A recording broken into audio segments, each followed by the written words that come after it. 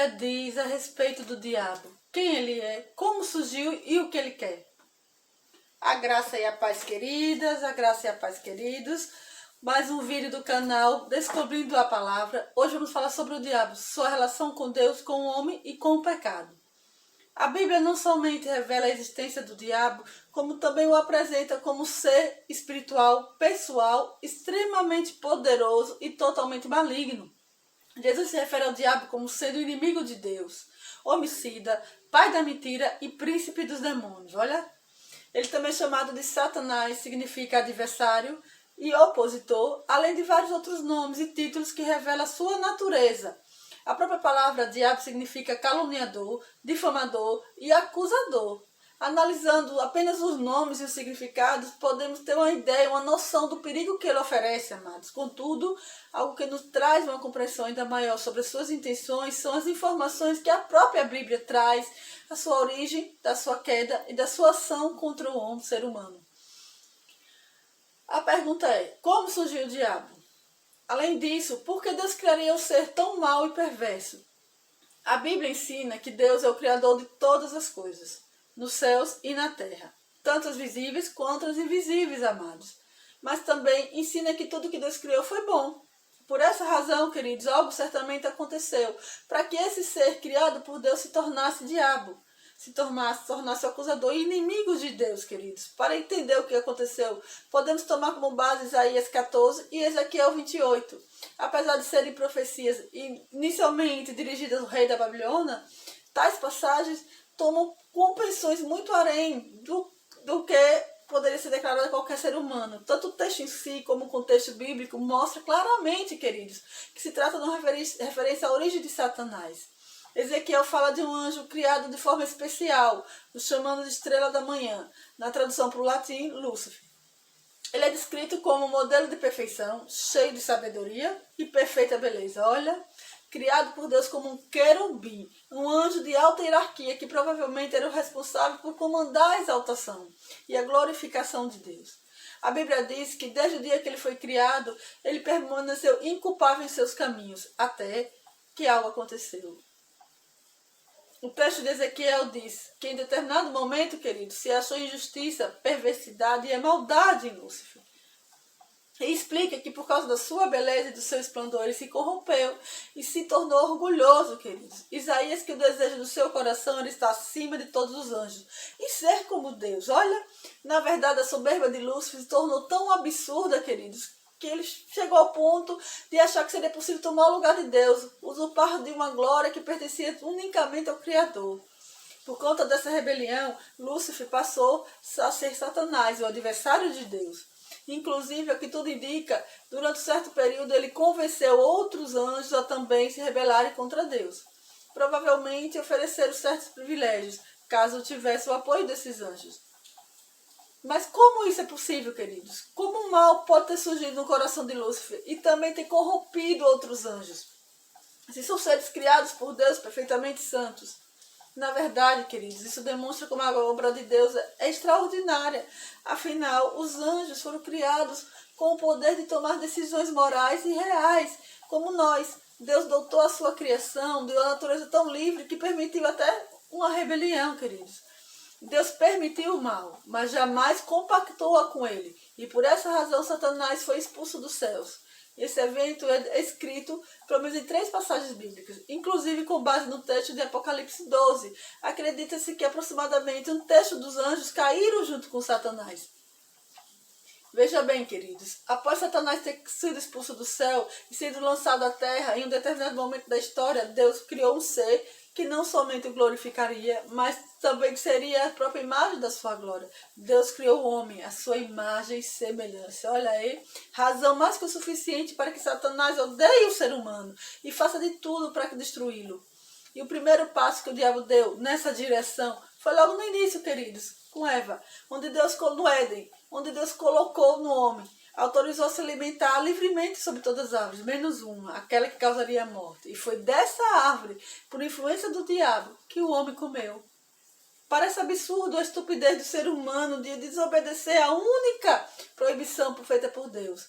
Mas é interessante observar, queridos, como isso aconteceu. As motivações por trás da queda do homem.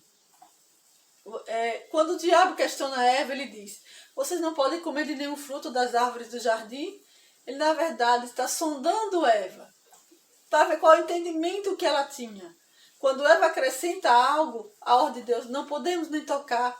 O diabo percebe uma vulnerabilidade e acusa Deus de estar mentindo. Ele diz: certamente vocês não morrerão. E acrescenta: Deus sabe que se comerem da árvore, seus olhos se abrirão e vocês serão como Deus. Olha, conhecedores do bem e do mal. O diabo não só disse que eles não morreriam, como disse também que, na verdade, eles seriam como Deus. Ou seja, com o mesmo pecado que ele foi seduzido, ele tentou o homem, que também pecou. Quando Eva viu que o fruto parecia agradável ao paladar, ela atraente aos olhos e desejável para dar entendimento, comeu. Afinal, se ela seria como Deus, não haveria motivo para dar satisfação ao seu Criador. Ela deu do fruto para Adão, que também comeu. O homem preferiu acreditar na promessa do diabo ao invés de confiar em Deus, queridos. O interessante é que em primeiro momento parecia até que Deus tinha razão. Afinal, eles comeram da árvore e não morreram. Porém, o pecado trouxe a morte espiritual, a separação entre o homem e Deus. E como consequência futura, a morte física. É o mesmo que acontece quando a gente tiramos uma folha da árvore. Ela deixa de receber a seiva e com o tempo seca e morre. Com o pecado, o homem não só morreu espiritualmente, foi expulso da presença de Deus, como também transferiu o direito legal de posse da terra ao diabo.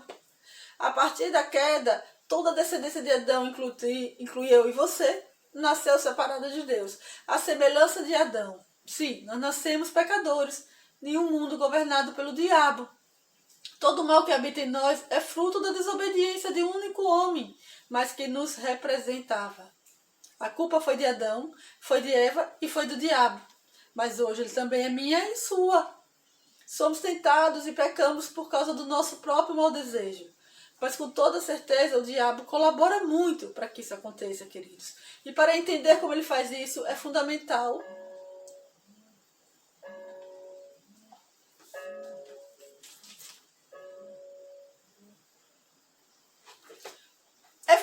conhecer o que a Bíblia diz sobre a situação atual do diabo, onde ele se encontra, o que ele sabe e o que ele pode fazer.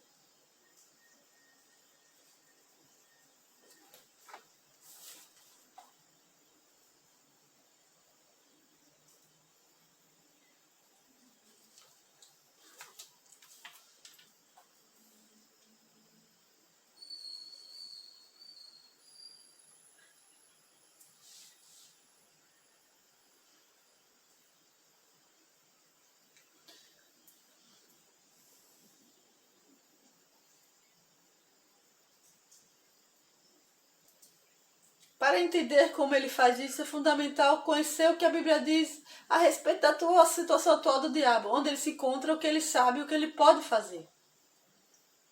O entendimento popular é que o diabo se encontra no inferno, rodeado por demônios.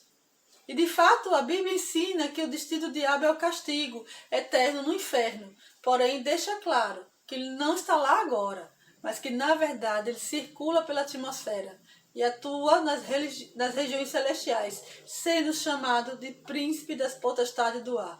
Contudo, isso não significa que ele seja onipresente, que possa estar em mais de um lugar ao mesmo tempo. O diabo não é um ser onisciente, ele não sabe todas as coisas, queridos. Entretanto, trata-se de um ser milenar que conhece a Bíblia e acompanha a história da humanidade desde o início, queridos. O diabo raciocina, pensa, age e aprende novas formas de deturpar a verdade, a fim de enganar e manipular o homem, queridos. E mesmo não tendo acesso aos nossos pensamentos através do que fazemos ou falamos, ele conhece nossas inclinações, queridos, fraquezas e desejos.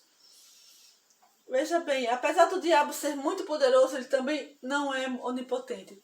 Existem coisas que ele não pode fazer, queridos. Aliás, ele só pode agir dentro do limite estabelecido por Deus. E a permissão que Deus concede ao diabo envolve questões complexas, que geram certos questionamentos. Dentre eles, o principal é: por que Deus ainda permite que o diabo pratique o mal no mundo? A resposta não é tão simples, queridos, pois envolve a soberania, a eternidade e a onisciência de Deus. Nesse momento, o diabo está colocando em prática toda a maldade, que antes da queda era apenas uma intenção, queridos. Deus já julgou e condenou o diabo, não somente pela intenção, mas pelo que ele fez. E a explicação para isso é que para nós, que somos limitados pelo tempo, o diabo ainda está fazendo. Mas para Deus, ele já fez. Veja bem, queridos. Mas se o diabo não é onipresente, nem onisciente, nem onisciente, como ele pode conhecer detalhes da vida de cada ser humano que vive sobre a terra? A resposta está na existência dos demônios, queridos. Ao que tudo indica, os anjos que caíram com Satanás agora são demônios que atuam debaixo do seu governo. Inclusive, assim como no caso dos anjos, também existe uma hierarquia entre os demônios. Alguns menos, outros mais poderosos. A verdade, queridos, é que os demônios são tão numerosos que multiplicam a presença do diabo, dando a impressão dele ser onipresente. Dessa forma, tanto o conhecimento que ele tem a respeito de nós, quanto a sua capacidade de deturpar nossa vida, também explica. A forma de atuação dos demônios é a mais variável possível. Ele pode trabalhar na influência, através de pequenas sugestões, ou até mesmo possuindo o corpo de uma pessoa. Pode causar enfermidades, curar enfermidades para produzir engano, induzir comportamentos, oprimir, até mesmo matar uma pessoa. Tudo isso preferencialmente de maneira afetada, para que nem a pessoa saiba que está sendo influente dos demônios. Para cada situação, o demônio tem uma legalidade, ou seja, uma legalidade específica. Contudo, a sua principal estratégia será de permanecer em oculto, queridos. Aí você pode se perguntar, o que é que o diabo ganha com isso? Qual é o objetivo dele?